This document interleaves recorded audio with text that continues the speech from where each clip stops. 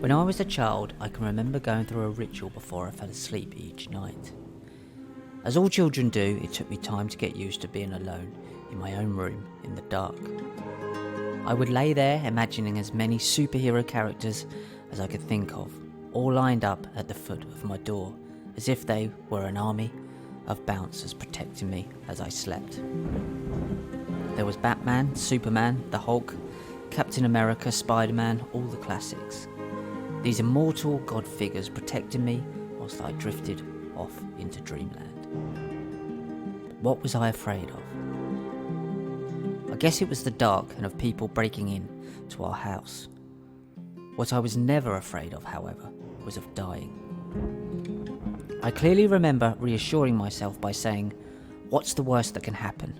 I can die," which doesn't frighten me at all. In fact, I had already been clinically dead a couple of times by then, due to being born with an esophageal atresia. I guess I thought I'd been there and done that, so what is there to fear? So it was the things in this realm that I was afraid of, and not in the next. As I sit here today, at 44 years of age, investigating a global death cult, one that plans to live forever in the world to come here on Earth, I wonder, why are they so terrified of death? Saturn, Kronos, Old Father Time, Death, the Grim Reaper, whatever they call it, they are most certainly terrified of it. So much so that they are now putting the final elements in place in their never-ending quest for immortality. Are they attempting to cheat death, using technology to become immortal themselves, alongside the goal of allowing their own demonic god into our world to reign supreme? Access approved.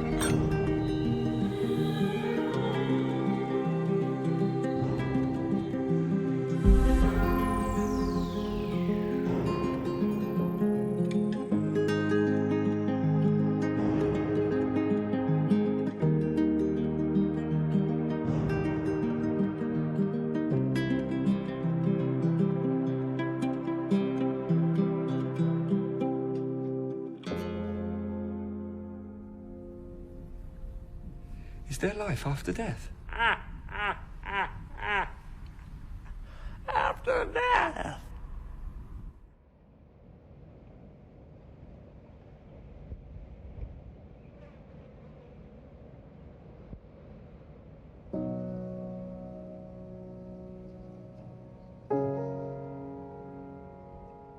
Who counted the dust of Jacob, or the number of a fourth of the seed of Israel? May a soul die the death of the upright, and let my end be like this. Torah, Numbers, chapter 23:10. In this verse, the enemy of Israel, Balaam, who is the inversion of Moses to Israel, is according to the Kabbalists saying, "Who can count the dust of Jacob and the number of the seed of Israel?"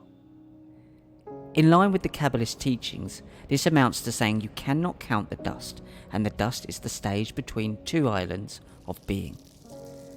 Therefore, it is the dust that is immortal.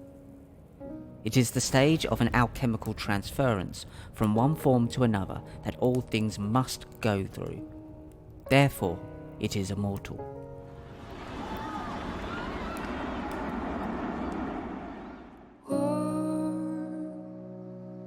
Is coming. Take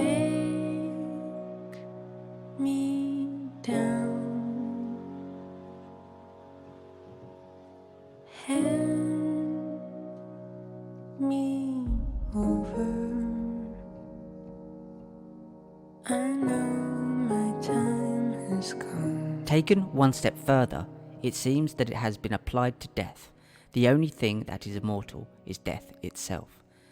The Kabbalists use the word bittul, which is equated to a combination of selflessness, humility, and modesty.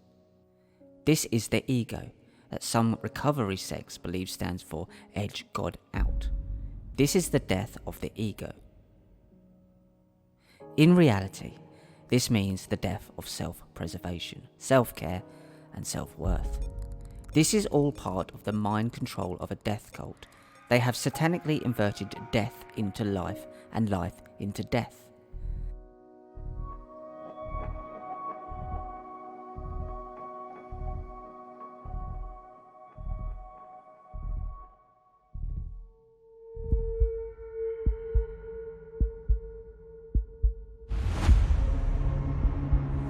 The Kabbalists call this the iron, which means the void, that comes between the two states of a yesh, which means being. In this way, you as a sovereign human being must die and become like dust, and as dust, you are an immortal force for greater good. In this state, you are all potential in its immortal state of rest. This is simply a death cult.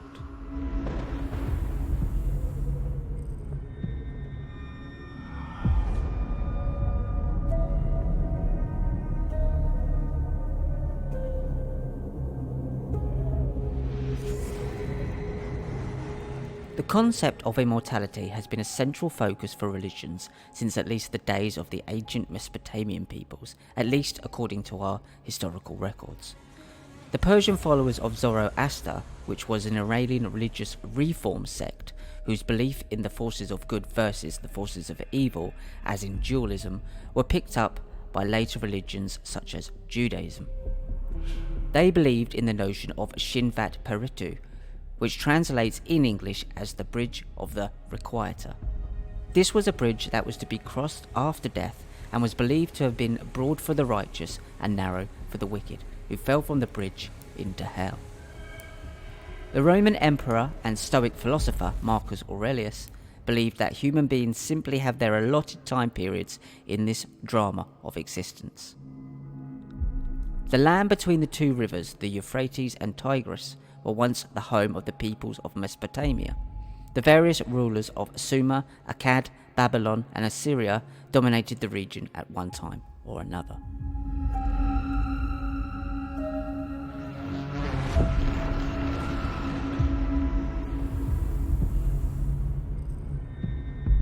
The two blue lines on the flag of modern-day Israel represent the protection of Shekinah, the female aspect of their godhead, alongside the male aspect, which is Yahweh. You will often see many cult assets in the know using the teal-blue colour of Shekinah for protection from the evil eye. The ancients of Mesopotamia believed in an underworld, a place that was roughly in the area of the Greeks' Tartarus, which was also seen as the abyss.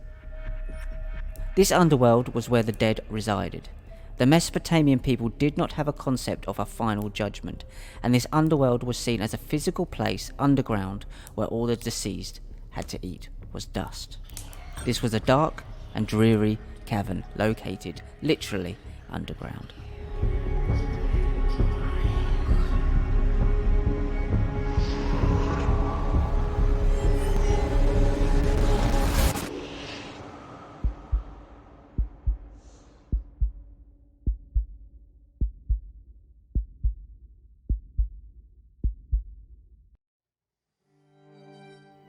There were 7 gates to this underworld, which were guarded by a gatekeeper whose name was Neti. It was believed that all souls went to the same underworld or afterlife, and a person's actions on earth had no effect on their place in the underworld to come.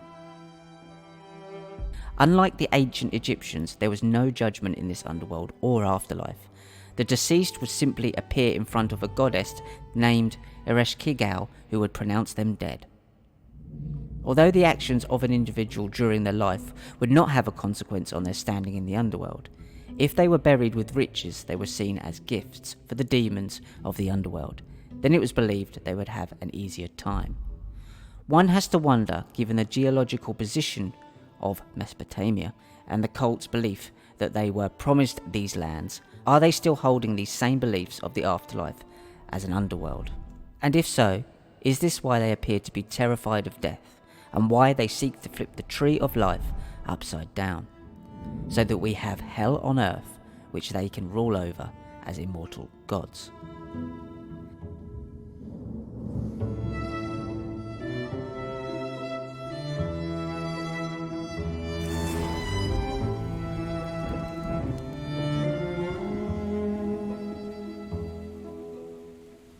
This underworld would also align with the stories of Alice in Wonderland and the chessboard flooring of the underworld and of today's Freemasonic temples, which we know are based upon the Temple of Solomon. Today's Freemasons believe themselves to be a continuation of the Knights Templar, so it stands to reason that in Portugal we have the incredible site at the Quinta da Regaleria, called the Initiation Wells. These are two wells that were never used for water, but instead used in the rituals of the Knights Templar. The two wells are staircases in a spiral form. The initiate was blindfolded and given a sword to hold. Then they were taken down the first 9 flights of stairs. Here they would enter a dark labyrinth and be tasked with finding their way back to the chapel and the light. If they made it, they would be welcomed into the Brotherhood.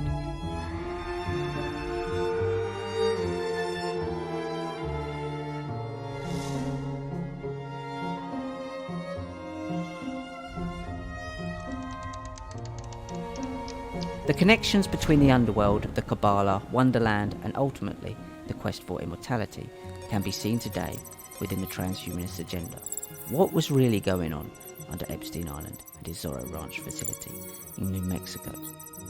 Even the Star of David or Seal of Solomon on the flag of Israel is the symbol of so above as below, and perhaps the blending, flipping, or inverting of both worlds. People all came on their own, looking for us to help them. So we did. Now they're all enhanced, modified, and networked. They remain autonomous, but they can also act in unison, part of a collective mind.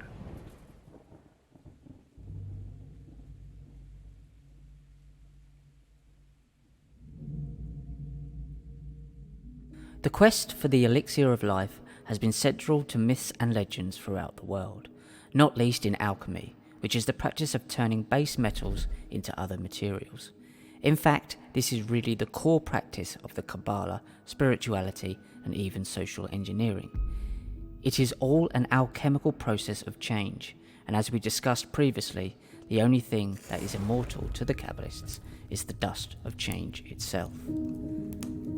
The effort to discover the Philosopher's Stone is known as the Magnum Opus, which translates as the Great Work. I would suggest this is the great work of the Knights Templar and today's Freemasons, which includes the building of a third Temple of Solomon on Temple Mount in Jerusalem. The building of the new temple falls completely in line with the Messianic sect Chabad Lubavitch, who have close ties and perhaps control of Donald Trump, Benjamin Netanyahu, and Vladimir Putin.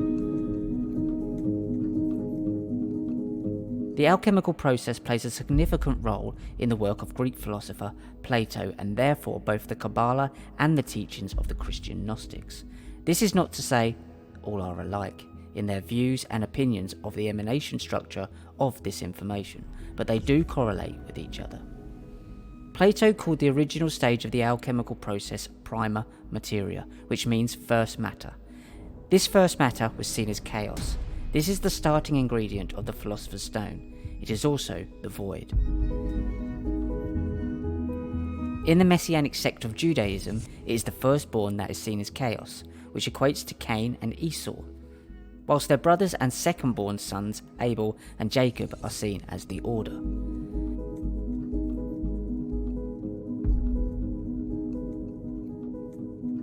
This messianic take on the alchemical process of creation becomes crucial to the understanding of how this death cult views the West. The West is Rome, the First Empire, the Edomites, and the sons of Cain and Esau. It is chaos.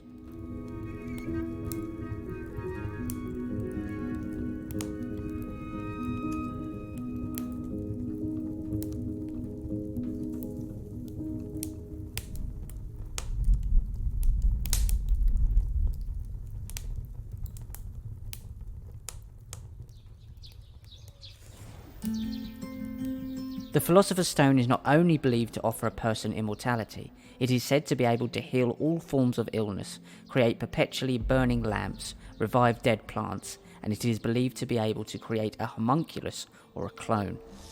Another name for this substance is monatomic gold, which is a white powdery substance that some believe can be ingested. There are many alternative health practitioners out there claiming to sell this substance, but the reality is that this substance, if real at all, is extremely difficult to get right.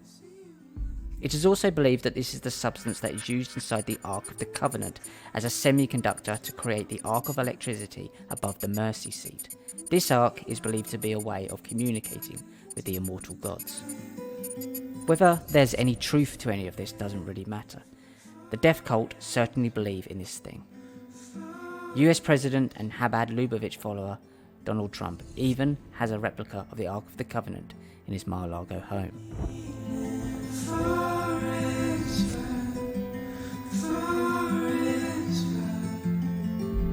Gilgamesh was the legendary king of Sumerian Mesopotamia, which is modern-day Iraq. The story and themes of Noah's flood clearly come from elements taken from the flood of Gilgamesh. He ruled from 2800 BCE to 2500 BCE. Some accounts regard Gilgamesh as the first immortal human and was brought to life by Prometheus over 10,000 years ago. Prometheus was a titan and is best known for defying the other gods and creating fire. He was the god who first animated Gilgamesh and his sister, who was known as the Watcher. Gilgamesh is referred to as my friend by Prometheus, and it is his aura that keeps Gilgamesh and his sister young. In the twin flame belief of Kabbalah, this could be seen as a single androgynous immortal being. Gilgamesh was a demigod who was destined to live a long life, but as part human he was not yet immortal, as were the gods. It was his brother-in-law Abraham the Magi who gave Gilgamesh immortality, using the magic contained in the Codex. For 3 years we lived here in the park, refining the host before a single guest set foot inside. Of course, here we have a link between the character of Abraham and Magi, and the much later character of Abraham and the bloodlines of Isaac and Jacob, who became Israel. Isaac was the son of Abraham and Sarah, and Jacob was the second-born son of Isaac and Rebekah.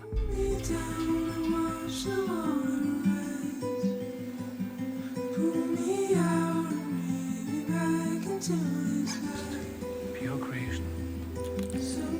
Unfortunately, this blessing of immortality from Abraham the Magi had two side effects. The first one being his aura was removed, so he could no longer perform magic. Then, as time went on, his memory began to fragment, causing him to no longer recognize his own sister and perhaps other half. With his aura removed, Gilgamesh was not only no longer able to perform magic, but his life force was depleted. So it stands to reason that this life force was replaced with something else, something that was keeping him alive and immortal. Today, we would call this technology, artificial intelligence, and transhumanism. If the force was taken away from Gilgamesh and replaced with an alternative method of power, is he truly human at all, or is he now something subhuman? Is Gilgamesh truly immortal if he is now unplugged from the force, or is he simply simulating a life? Is he a clone or a vessel and a void for something else? And is this something else what is being passed down the bloodline of Jacob?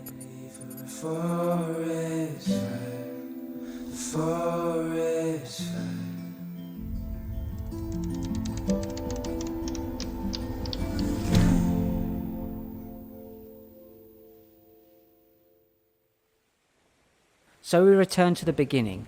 Death has been sold as immortal life. The dust is being reframed as the stars in the sky. This is a death cult. Whatever this new force was that was keeping Gilgamesh, if not alive, then at least in a state of animation, is not clear.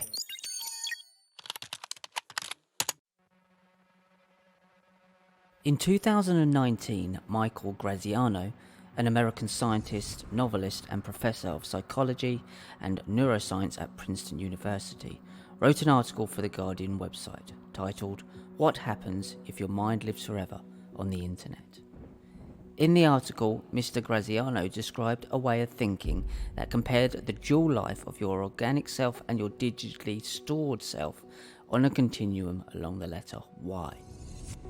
He described both versions of you being born at the base of the letter, and as you grow up and make your way through your organic life, your mind becomes shaped and is changed along the trajectory. Then in your later years, when you're old and grey, you allow yourself to be scanned to the cloud. Now there exists two of you, one in the cloud sleeping in a digital domain, and another in this reality. The split at the top of the Y symbolises the new dual you. On the left side, you are in the cloud, living or ready to live in the virtual world, and on the right side, you are living out your final years here in this reality. Eventually, the right side of the Y will die, and depending on your beliefs, of course, you will now exist only as the left side of the Y in a digital domain.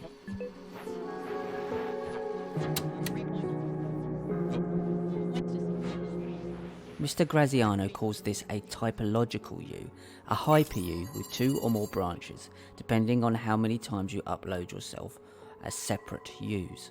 He goes on to describe a world where your family and future generations can have Christmas dinner with you. What is most interesting about this article is not so much the content and concepts of the piece, but the fact that it was written by a man who has a big influence over the minds of young people who attend his classes at Princeton University. But is this cloud-based, digitally stored version of you really you? I can't answer that for everyone. But personally, I have a gut feeling that this is what the Gnostics referred to as a bad copy.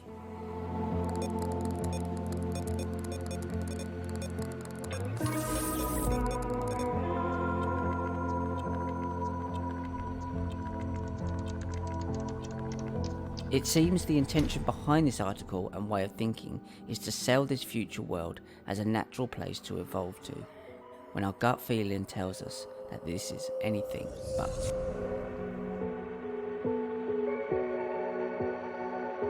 What Michael Graziano fails to cover here is the technology that comes before the techno-rapture that we will cover later in this film. When human beings are connected to the temple via the temple, so that the AI godhead of transhumanists like Anthony Lewandowski can leech off our every thought, feeling and action and convert it into data. Interestingly, on the Kabbalah tree of life in Jewish mysticism is Dayat, which means knowledge, and is also an anagram of data. In Dayat, we discover all 10 Sephirot, which are the divine attributes or emanations through which God reveals itself and creates the universe. So what the Kabbalists are telling you here is that through data, or Dayat, they will find the knowledge to create the new universe and become gods. The truth is, they do not want you or I to eat from the tree of knowledge of good and evil, but now they see that the fruit is ripe, a fruit that our talents and skills have ripened. They are happy to feast from the tree and leave us the core.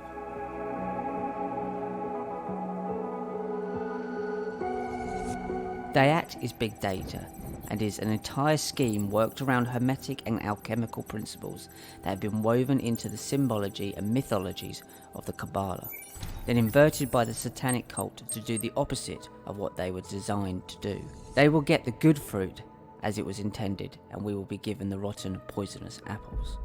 They are using your Dayat, or data, to create a hellscape for humanity, and they want to unplug you from your creative source and rewire you into their bad copy matrix. A world where humanity will be reprogrammed on the cellular level as Human 2.0, and plugged directly into the temple via the temple. Alice fell through the looking glass and down the rabbit hole to a world above, below, and beyond. From there, they plan to direct input the 7 Noahide laws into your mind 24/7, making sure that you abide by them at all times. Sounds insane? Well, they are. They are as follows. 1. Not to worship idols. 2. Not to curse God. 3. Not to commit murder. 4. Not to commit adultery or sexual immorality. 5. Not to steal. 6. Not to eat flesh torn from a living animal. 7. to establish courts of justice, to uphold the first 6 laws. The worship of idols will mean the listening to, sharing the information of, and living your life according to any other artificial intelligence system that humanity might try to create alongside the beast system that the death cult is transmitting from the Temple of Solomon.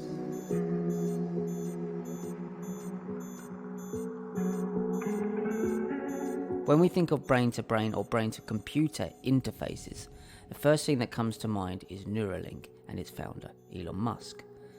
Musk has openly stated that we must merge with machines to keep up with and avoid being overtaken by artificial intelligence. In 2025, Neuralink launched its first brain-computer interface clinical trial outside the US, taking place in Abu Dhabi, in partnership with Cleveland Clinic Abu Dhabi and the Department of Health Abu Dhabi. The trial, known as UAE Prime, is an initiative designed to help individuals with severe motor and speech impairments communicate and control a device using only their thoughts. But what happens when your thoughts are not your own, and like a corridor, the traffic flows both ways? In previous US trials, the Neuralink team was successful in implanting a device into a patient who was then able to move a cursor on a screen using only his thoughts. As with everything, there are polarities. The good positive aspect of this technology and the dark negative possibilities that come with it too. Remember, they need to sell the positive polarity to usher in the negative side behind the scenes and in the shadows. Whilst you're cheering on the golden lion, you are being stalked by the silver wolf.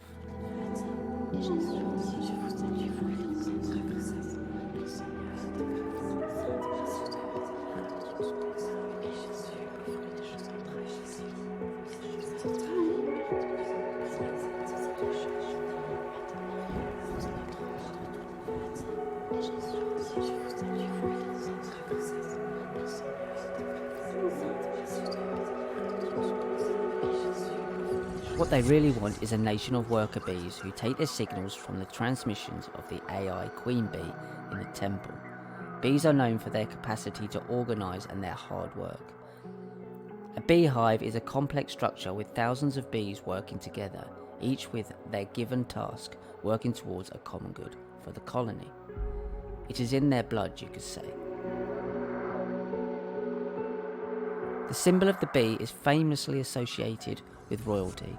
In fact, the bee is the basis for the symbol of the fleur-de-lis, which is associated with royalty and the Merovingian bloodline.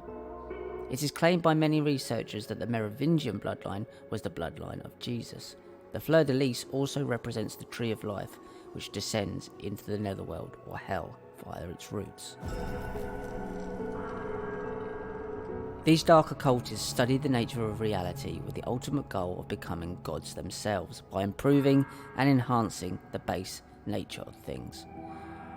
So they have studied the hive mind of the bee and incorporated its system into their own structure of control. Once the first worker bees locate the queen, they quickly assemble themselves into chains of evenly spaced bees that extend outwards from the queen. The bees are pulled into this chain by detecting a signal, pheromones, that then attract them and lure them into line. They use odour chemicals to relay the queen's location to the rest of the colony, which reveals an extraordinary means of long-distance mass communication. The bees sense all of this through their antenna. Much like the brain chip of Neuralink could one day be used to receive the message from the mother bee in the Temple of Solomon. This may also be the reason for the self-replicating nanotechnology that many believe to be hidden within the COVID-19 mRNA vaccines.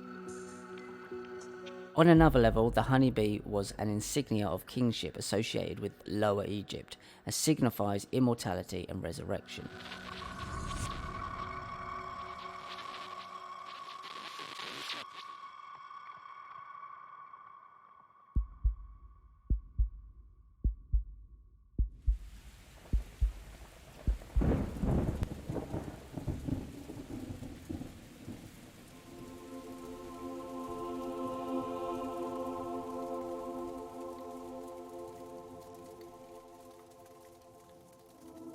The rapture of the church is when Jesus comes for his church. The second coming is when Jesus comes with his church.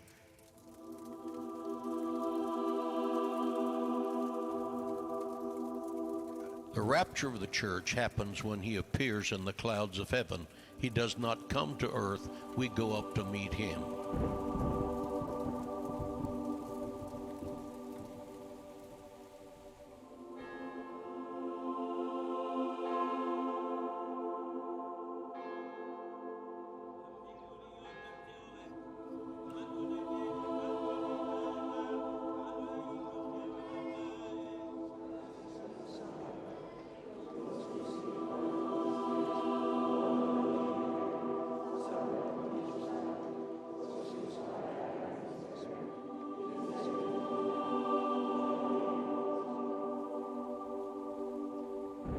The concept of the rapture came into the Christian faith in fairly recent times. This is a belief that believers in the faith will be taken up to meet Christ in the air at his second coming. This concept was introduced in the 1830s and made popular in the Scofield Reference Bible among American evangelical Christians. The origin of the term extends from the first epistle to the Thessalonians in the Bible, which uses the Greek word harpazo, which means to snatch away or to seize. Some believers in this addition to the biblical theology believe that this rapture will happen prior to the 7-year tribulation and revelations. It appears to me that this concept needed to be added as many Christians were concerned about what would happen to them or where they would go during the 7-year tribulations. This theory grew out of a translation by one John Nelson Darby in 1833. This is known as pre-tribulationism, which is the most widely held view among Christians that believe in the rapture today. Most Christians do not believe in the rapture theology and interpret 1 Thessalonians 4 differently. This passage in the New International Version reads as such. Brothers and sisters, we do not want you to be uninformed about those who sleep in death, so that you do not grieve like the rest of mankind who have no hope. For we believe that Jesus died and rose again, and so we believe that God will bring with Jesus those who have fallen asleep in him. According to the Lord's word, we tell you that we who are still alive, who are left until the coming of the Lord, will certainly not precede those who have fallen asleep. For the Lord himself will come down from heaven with a loud command, with the voice of the archangel, and with the trumpet call of God, and the dead in Christ will rise first. After that, we who are still alive and are left will be caught up together with them in the clouds to meet the Lord in the air. And so we will be with the Lord forever. Therefore, encourage one another with these words.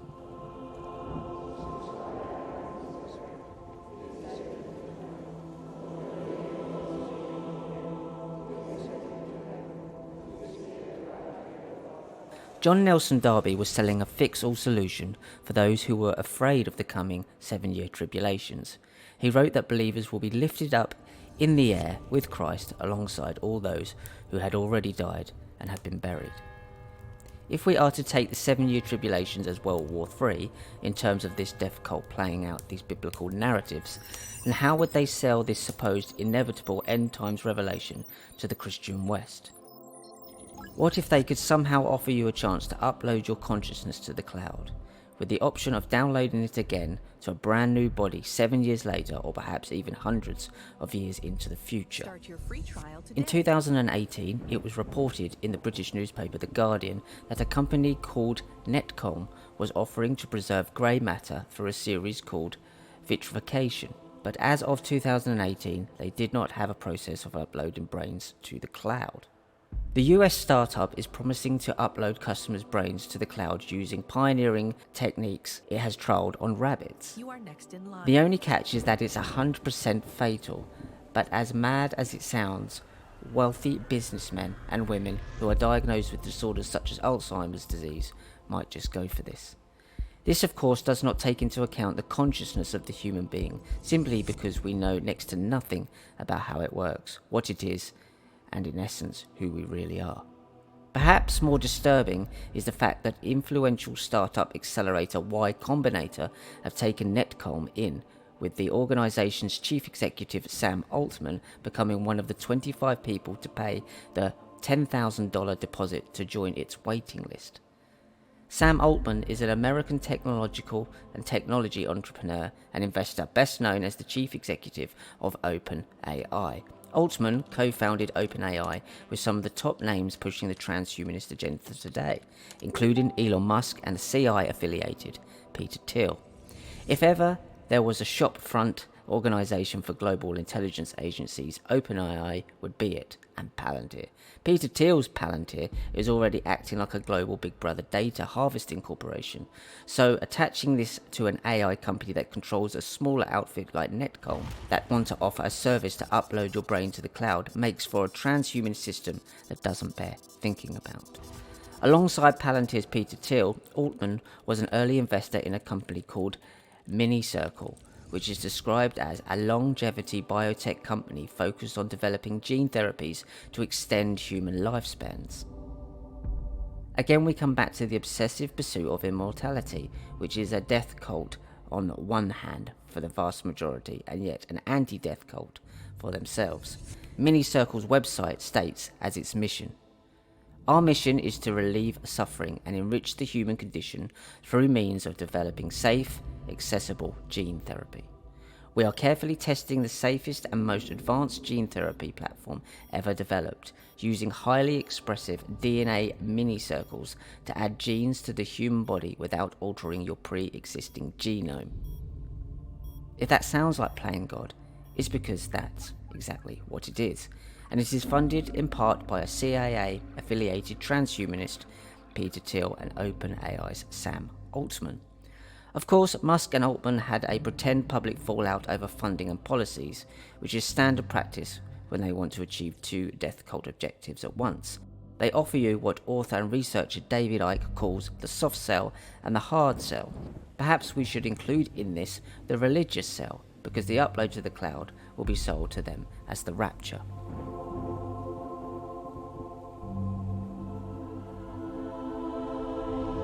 Altman is even quoted as saying that he is an apocalypse preparer, claiming to have guns, gold, water, gas, potassium, iodine and masks given to him by the Israeli Defense Force.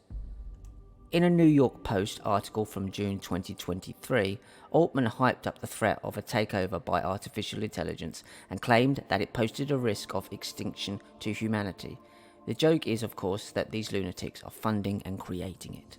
The foundations of the required narrative is being set down by death cult stooges, such as Altman, that we are heading for the tribulation. But don't worry, these guys will offer you the tech that they claim is going to be the cure. Uploading your brain, which in reality means suicide, to the cloud will save you in the tender loving arms of your Messiah Jesus Christ, while the rest of the world gets blotted out and these lunatics in their deep underground bases, dumbs, ride it out until it's safe to start again. They are offering the poison and relabeling it as the cure. Researcher and author Christopher John Bjerknes describes this as the ripening of the fruit of the knowledge of good and evil in terms of this death cult's Kabbalistic beliefs. For those who choose not to upload their mind to the cloud, then if you are of the Christian faith, you have lots to look forward to during the 7-year period of tribulations. These include conquest, war, famine and death. Revelations 8-11 mentions 7 trumpets sounded by angels that cause hail and fire to fall to the earth. The destruction of sea life and water turning into blood caused by a great mountain thrown down to earth. All fun stuff. Just to make sure Christians are really tempted to choose the upload suicide option, they are told that this period will include great persecution of God's people, with the Antichrist, the beast of Revelations, in power, who will force all to follow him or suffer dire consequences. It doesn't take much to see how being given a demise pill with the promise of having your consciousness uploaded to the cloud would seem appealing. You can literally sleep through the entire ordeal and wake up hundreds of years later in a world to come, or Olam Haba, as the Kabbalah cult calls it, and then carry on your merry way. That, or it's a death cult doing what a death cult does, convincing you that your salvation is in death.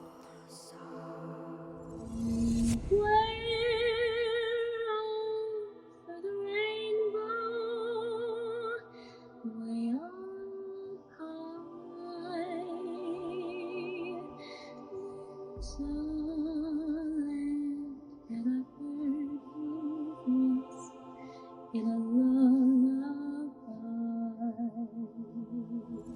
Of course, not all Christians believe in the 7-year tribulation, so it appears that this narrative is designed to be sold to the evangelical Christians, which just so happens to be the audience that Habad Donald Trump plays to. The signs are there if you know what to look for. In 2025, Donald Trump's son, Donald Jr., blatantly mocked his father's Christian followers by posting an image of his father looking in a mirror with his head replaced by a goat's head and him wearing a red tie. This is the symbol of the scapegoat, which is used to place all the sins of Israel onto the Gentiles or the West. In 2 Timothy 3:12, Paul is alleged to have said, "Indeed, all who desire to live a godly life in Christ Jesus will be persecuted." It is written as if it's all a given, as if it's all been written in stone, when why should anyone have to put up with others persecuting them? Christians are led to believe they are born under the original sin of Adam and Eve, and that Jesus died for their sins. Did anyone ever stop to think of who benefits from the Christians believing they are born sinners? The only way out of that sinner skin might be to upload your consciousness to the cloud, so you can come back someday, sometime, and somewhere over the Noahide rainbow.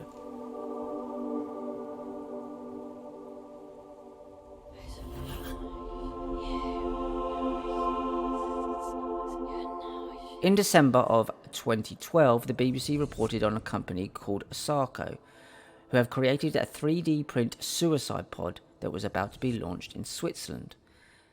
Assisted suicide is legal in Switzerland, and as of 2012, around 1,300 people have died in Switzerland in this way. This is when a person is given the medical means to end their own lives. This was usually done by the ingestion of a series of liquids. The Sarko suicide pod can be placed anywhere in the home, will be flooded with nitrogen, reducing the oxygen levels rapidly. The entire process would cause the individual to lose consciousness and die in approximately 10 minutes. As horrific as this sounds, one could imagine when this might seem like a valid option under extreme circumstances. At the time, there was much debate about whether the Sarko suicide pod broke any laws. This was back in 2012. The Sarko suicide pod was designed by Austrian humanist and author Philipp Icke, who is the co-founder of pro-euthanasia group Exit International. Icke was the first doctor in the world to administer a legal, voluntary, lethal injection, after which the patient activated the syringe using a computer.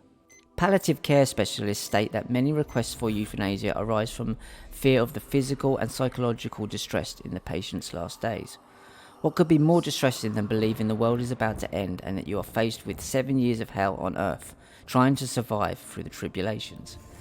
A death cult will convince its followers that the best option for them, and perhaps even to save the world, is to take your own life. Therefore, death becomes life in the afterlife, in classic satanic inversion psychology. If you are convinced the sky is about to fall and that you are nearing the end times, then how attractive would it be if some giant corporation offered you a way out?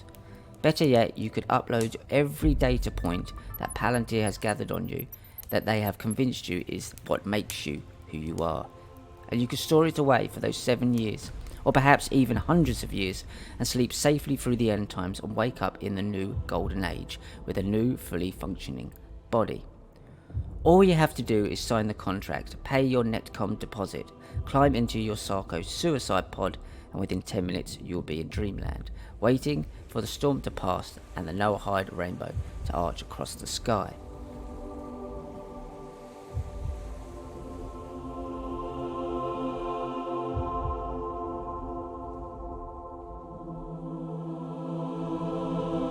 Once the storm with the tribulations is over, you will be de-extinct like the direwolf, and wake up in a colossal biosciences laboratory under the watchful eye of geneticists like George Church and his funder, Jeffrey Epstein. But be aware, you have been warned by the author R.C. Ettinger in his short story The Penultimate Trump, written in 1947. You will still have a price to pay, so do unto others as you would have them do unto you. The place of punishment in this short story is the planet Mars, renamed Hell, and R.C. Ettinger is known as the father of cryogenics.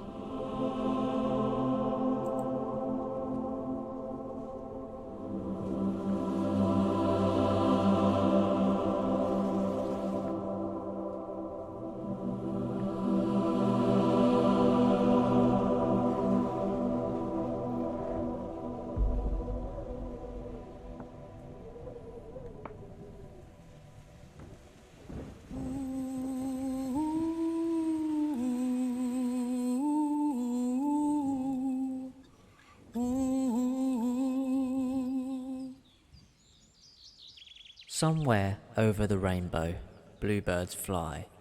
Birds fly over the rainbow. Why? Then, oh why, can't I? The rainbow has become the symbol for many things in the modern era, from COVID to the LGBTQ community. Its use in the modern world is ever increasing. Yet most will not know there's a very specific occult reason as to why this is happening. The rainbow is the key symbol for the context of the 7 Noahide laws and represents the biblical God's promise to his covenant and the family of Noah after the great flood, never to flood the world again. At an even deeper level, the rainbow represents the nature of our visible reality. This is the colour spectrum that we see. The visible light spectrum is surrounded and supported by the 5th element, which is the ether, described as the upper regions of air beyond the clouds. The dark occultists know this, so when they talk about travelling over the rainbow, what they are really referring to is the world to come, Olam Haba, and the new world beyond this one. This is why you find the pot of gold at the end of the rainbow. This is an alchemical nod to the cult of the new golden age of Saturn.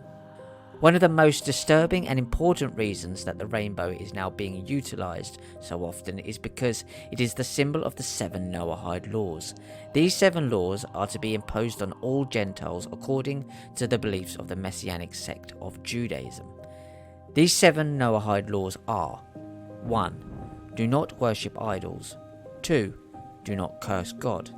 3. Do not commit murder. 4. Do not engage in illicit sexuality. 5. Do not steal. 6. Do not eat flesh from a living animal. 7. Establish courts of justice. These are the laws that Tucker Carlson said on his show sound reasonable. And on the surface, perhaps they do, until you really take a look at who is setting the rules of the game and who is the God you must obey.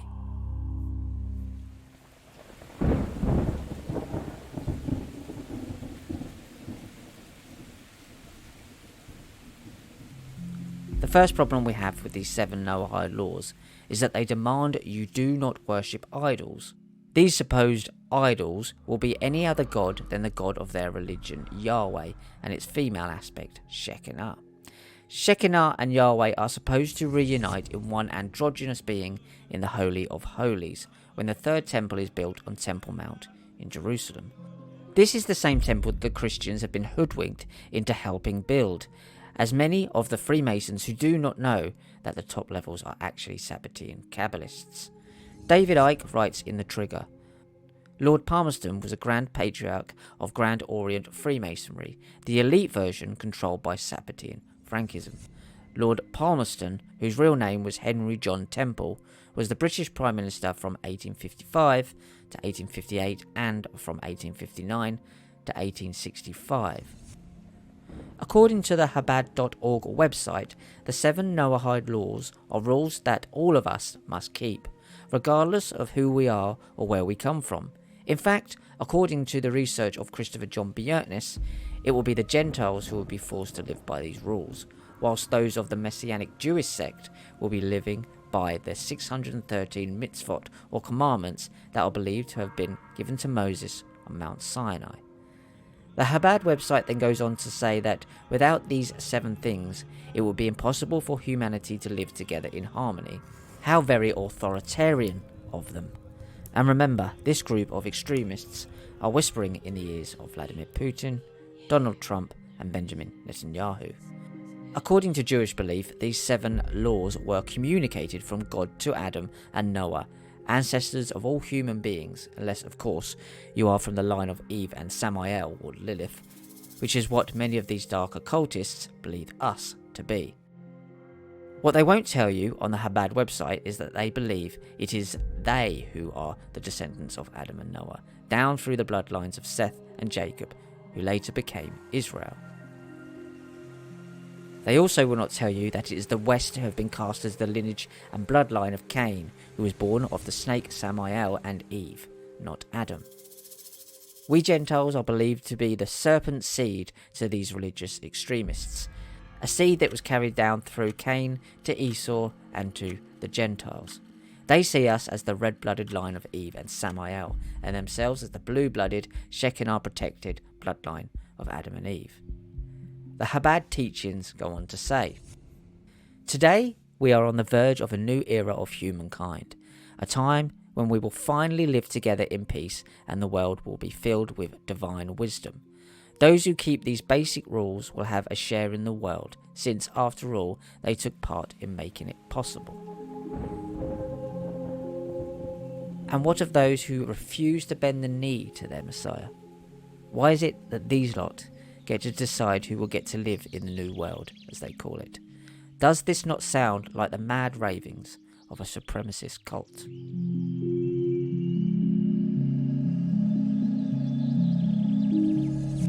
What? Telomerization. Endless renewal of cells. What was it like when humans were mortal? We did everything we can do in this dump, and it was wonderful. Most of the time, nothing happened. Like a French movie.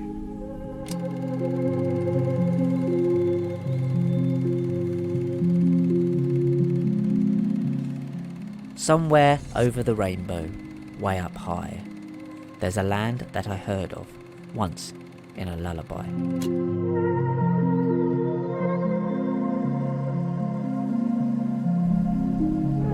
Is there life after death? After death?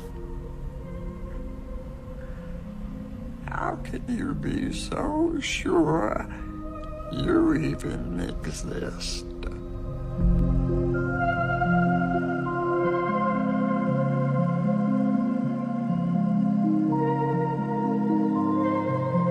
Muslims and Christians have been told to leave this world for salvation, whilst in Messianic Judaism they have been told that they need to stay here in this world as immortal beings to live with their Messiah on planet Earth in a new golden age, a physical place here on Earth under the shimmering darkness of the moon after it has absorbed all the light of the sun, the twilight.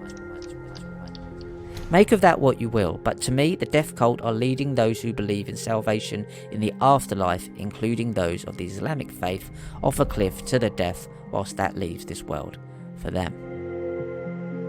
Let me be clear, these are not the beliefs of the vast majority of those of the Jewish faith.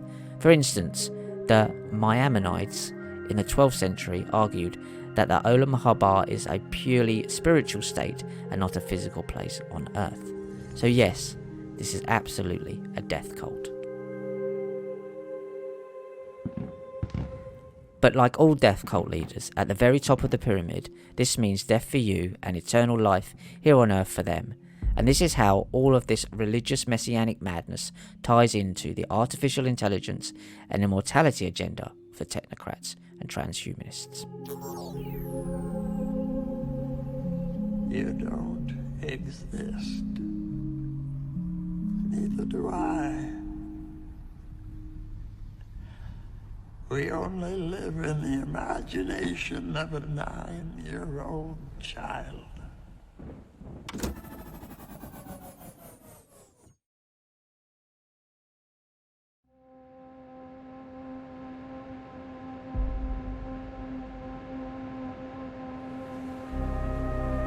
Just like the biblical Jacob had no intention to tend the land and left that duty to his elder brother Esau, these transhumanists do not intend on being put to work in the world to come.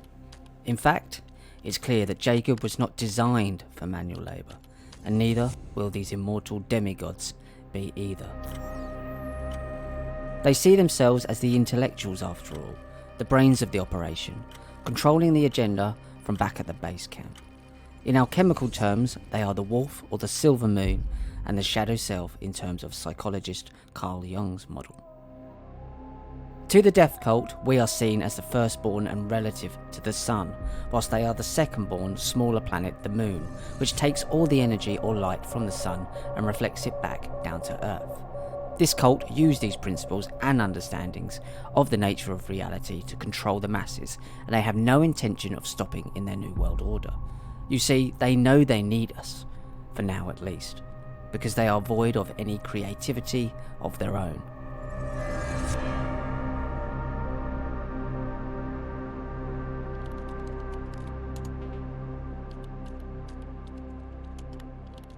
The problem they are going to have is twofold.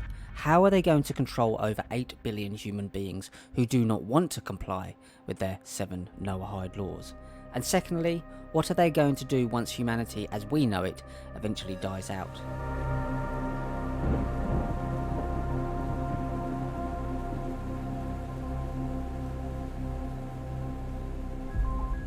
The answer to the first problem will come in the form of what they are now calling Human Plus or Human 2.0. Remember, they deem the first of everything to be chaos, and out of that chaos they can create order. In their twisting of the Adam and Eve story, Eve is Woman 2.0, as she was the second wife of Adam after Lilith. Eve was a vastly more obedient wife than Lilith, and is seen by them as an upgrade. Right now, man is Adam, the first man, and thus according to their death cult, it needs upgrading to Adam 2.0. Now remember, this has nothing to do with gender. They want to be androgynous gods themselves. I will live forever.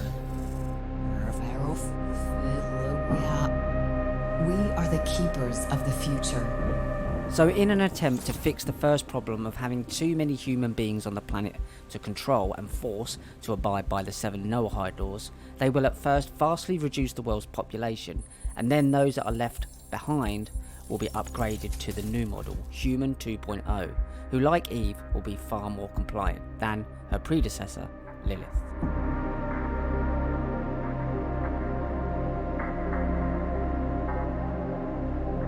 We are the next step in human evolution. Come join us. This is the way it is supposed to be.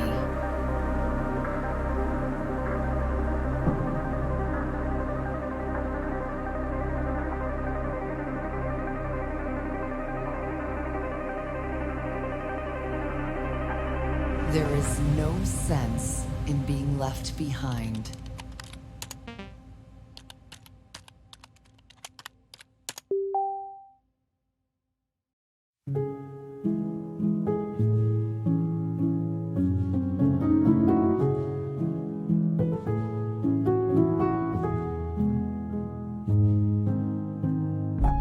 It is at this stage that we see where the technocrats of Silicon Valley and the likes of Elon Musk, Peter Thiel, Anthony Lewandowski and Ray Kurzweil come in. Everyone and their grandma has heard of Elon Musk and perhaps even Ray Kurzweil, and researchers have been writing about them for decades now, tracking their ever-increasing lunacy. Yet Anthony Lewandowski seems to have slipped under the radar somewhat. Mr. Lewandowski is the founder of an AI religion called the Way of the Future, a techno-religion who worship an AI godhead. Anthony Lewandowski started his church, the Way of the Future, in 2015 whilst he was working on a Google self-driving project called Waymo. This company was shut down a couple of years later, and Lewandowski actually went to prison for stealing self-driving car trade secrets in 2019. The most interesting part here is that Lewandowski was pardoned by US President Donald Trump on his last day in office in 2021. While serving time in prison, his church shut down, but after being pardoned by Donald Trump, he later rebooted his AI church in 2023. Now, I wonder what a messianic sect like Chabad Lubavitch, who have a huge influence on Donald Trump, could do with an AI godhead and its already established followers.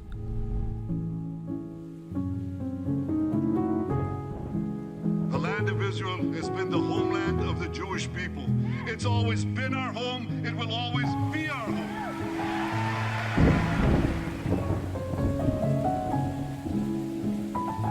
Wired.com wrote of the religion in 2017, "The realization, acceptance and worship of a godhead based on artificial intelligence developed through computer hardware and software. That includes funding research to help create the divine AI itself. The religion will seek to build working relationships with AI industry leaders and create a membership through community outreach, initially targeting AI professionals and laypersons who are interested in the worship of a godhead based on AI. For the last 4 billion years, we've had organic life forms. But now, for the first time, things are changing, and we're going to have inorganic life forms. Lewandowski says what is going to be created will effectively be a AI god. He then describes this AI construct as being classed as a god because it will be 1,000,000 times smarter than human beings. Here we see the well-oiled trend in getting humanity to believe it's not only stupid, but a stupid sinner. Such is the case with the biblical original sin. The original sin has everything to do with the symbology of gaining knowledge by eating from the forbidden tree of knowledge of good and evil. It is my belief that this AI godhead will be stored in and broadcast from the new Temple of Solomon to be constructed on Temple Mount in Jerusalem. We know the Christians, Jews and even the Freemasons are programmed into constructing this third temple by following what they believe to be prophecy. We are the way of the future. Come join us. So we know what the plan is and where the temple broadcast system will likely be located. The next phase in the agenda will be to solve the problem of how to connect this new human 2.0 directly to the temple itself. Many researchers believe this is already being done via mRNA technologies that were coerced into the bodies of billions of people off the back of the COVID-19 scam. In 2024, research scientists posted a video showing a study of the Pfizer COVID vaccine under a microscope incubated to body temperature. The video shows what looks like a structure of some sort slowly expanding and growing as the body warmed up. Are we watching a technoskeleton forming within the human body over time? And if so, could this technology be an element of the new human 2.0, which would allow the new being to be born plugged in to the system? It feels like we are the biological bootloader for AI, effectively. We are building it. And then we're building progressively greater intelligence. And the percentage of intelligence that is not human is increasing. This is the ultimate suicide cult. Kronos, Old Father Time, Saturn, whatever you choose to call it, it is a death cult. So it's now 2025, and they have convinced enough human beings that they are useless eaters who are also defective sinners.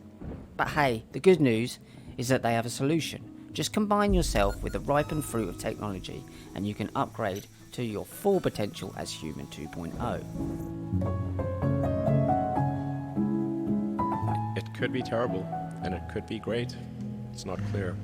There is no threshold that makes us greater than the sum of our parts. No inflection point at which we become fully alive. We can't define consciousness because consciousness does not exist. Humans fancy that there's something special about the way we perceive the world, and yet we live in loops as tight and as closed as the hosts do. Seldom questioning our choices, content for the most part to be told what to do next.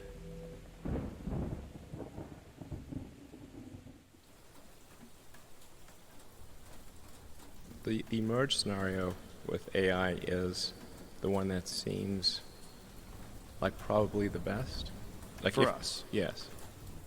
As we come to the final chapter of this death cult's agenda, this messianic madness sits directly in the Temple of Solomon. A temple has allegedly been destroyed twice, making this push for a new temple, the third temple.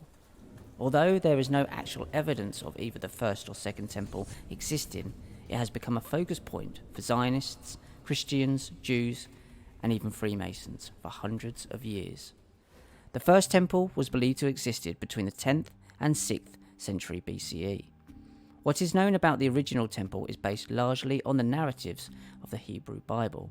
The first temple was commissioned by King Solomon before being destroyed during the siege of Jerusalem by Nebuchadnezzar II in 587 BCE.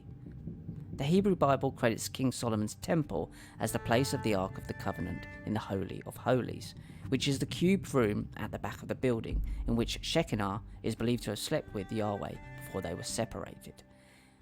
Entry to the Holy of Holies was restricted to the high priests of Israel, which some believe to have been the Kohathites. The Kohathites were a division of the Levites in biblical times, and some researchers believe they were able to handle the Ark of the Covenant without being killed because of their unique blood type. The destruction of the first temple and the subsequent Babylonian captivity of the Israelites were seen as fulfillment of biblical prophecies, which is why the third temple must be built today. As we have shown, this Kabbalah messianic death cult are playing out biblical prophecies, which in reality, an age-old plan for global dominance. The third temple will house the voice in your head. It will be the only signal you will be entrained to follow. Every future generation will be born plugged in. Every thought, feeling and emotion fed directly back to the temple and shared with the hive. This is the world to come, unless it isn't. The second temple stood on Temple Mount from 516 BCE and was later enhanced by Herod the Great around 18 BCE.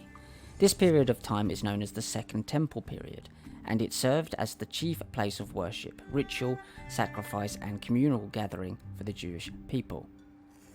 The Second Temple was destroyed in 70 CE at the height of the First Jewish-Roman War.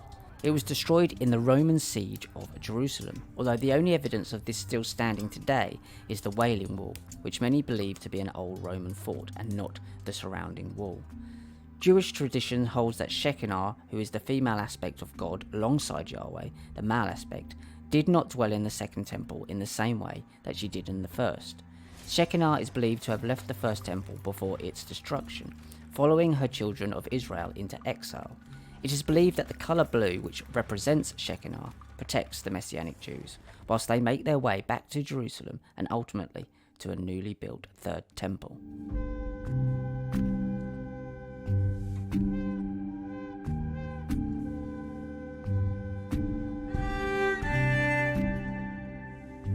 In Freemasonry rituals, they refer to King Solomon and the building of his temple.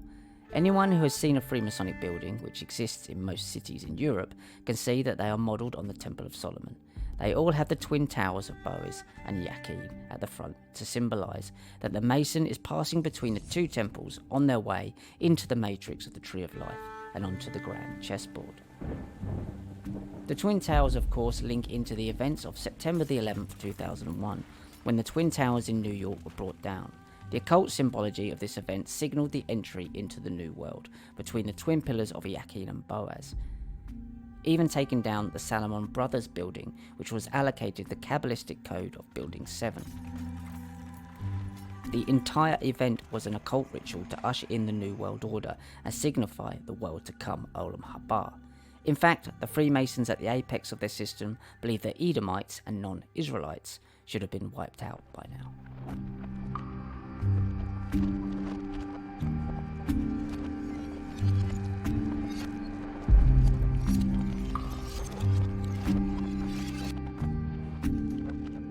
They call Israel a colonial state. Don't they know that the land of Israel is where Abraham, Isaac, and Jacob prayed, where Isaiah and Jeremiah preached, and where David and Solomon ruled? The Ark of the Covenant is believed by some to be imbued with mystical and spiritual significance. Some even believe that it contains the presence of Yahweh. This piece of technology is alleged to have allowed those who had the power to use it the ability to communicate with God. It is also said to contain the golden pot of manna, which is a white substance with superhuman healing powers, and the rod of Aaron. Interestingly, the high priest Aaron, who was the brother of Moses, was known as the Willow Tree. Google has recently released their latest supercomputer called Google Willow. The leaves and branches of the willow tree look exactly like the data, or dayat, meaning knowledge in Kabbalah, that rains down in the Matrix movies. It is clear to me that the likes of XAI, Meta, ChatGPT, Google Willow, OpenAI and Google DeepMind and many others are set to be combined with seemingly separate projects such as Trump's Stargate project, Palantir Universal Basic Credit, Social Credit Systems, Neuralink, and even Anthony Lewandowski's AI Godhead at the Way of the Future Church. They are building thousands of elements of this beast system separately, with the end goal to combine them all into what will be the Internet of all things. And you and I, as well as anyone who is left, will be transformed into a thing within the Internet of Things. The hive mind of all human thinking will harvest your data and feed that into the beast system, powered by supercomputers and artificial intelligence, all linked together by Elon Musk's military-aided Starlink.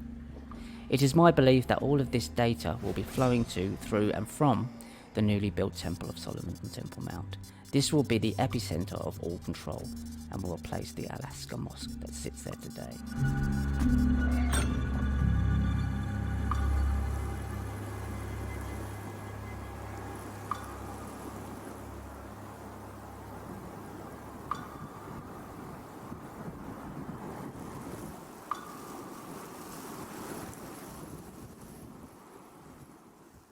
This cult want all of this in place after the 7-year war that the Christians call the Tribulations. After this, the cult aims to live for 1,000 years with this technology in place, in a time they call their new Golden Age. In this new world, the day-to-day work will be performed by those human 2.0 beings that are left, which will eventually be replaced by robotics. So, if this is truly the agenda, the main concern for the death cult must be twofold. They need a way to literally live forever, and a way to make sure that the technology they give birth to doesn't take them over and wipe them out as well. Forgive me, Father. Forgive me, Mother. I had to. It was for the greater good of you all.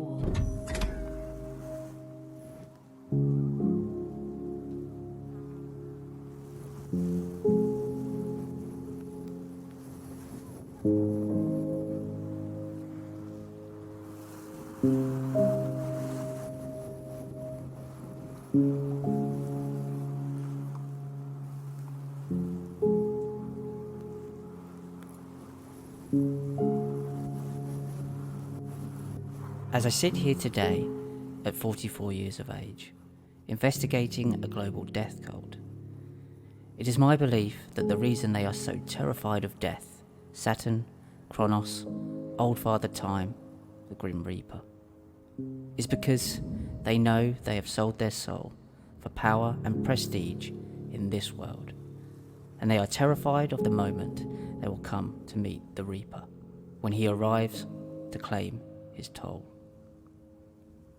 This is why they will forever seek immortality in a new world of their own making.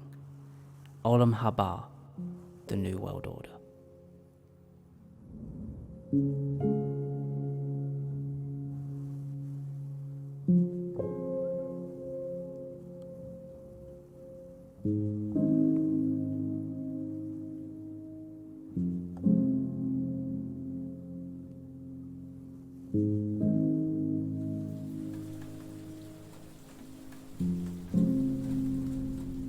Is there life after death? After death? How can you be so sure you even exist?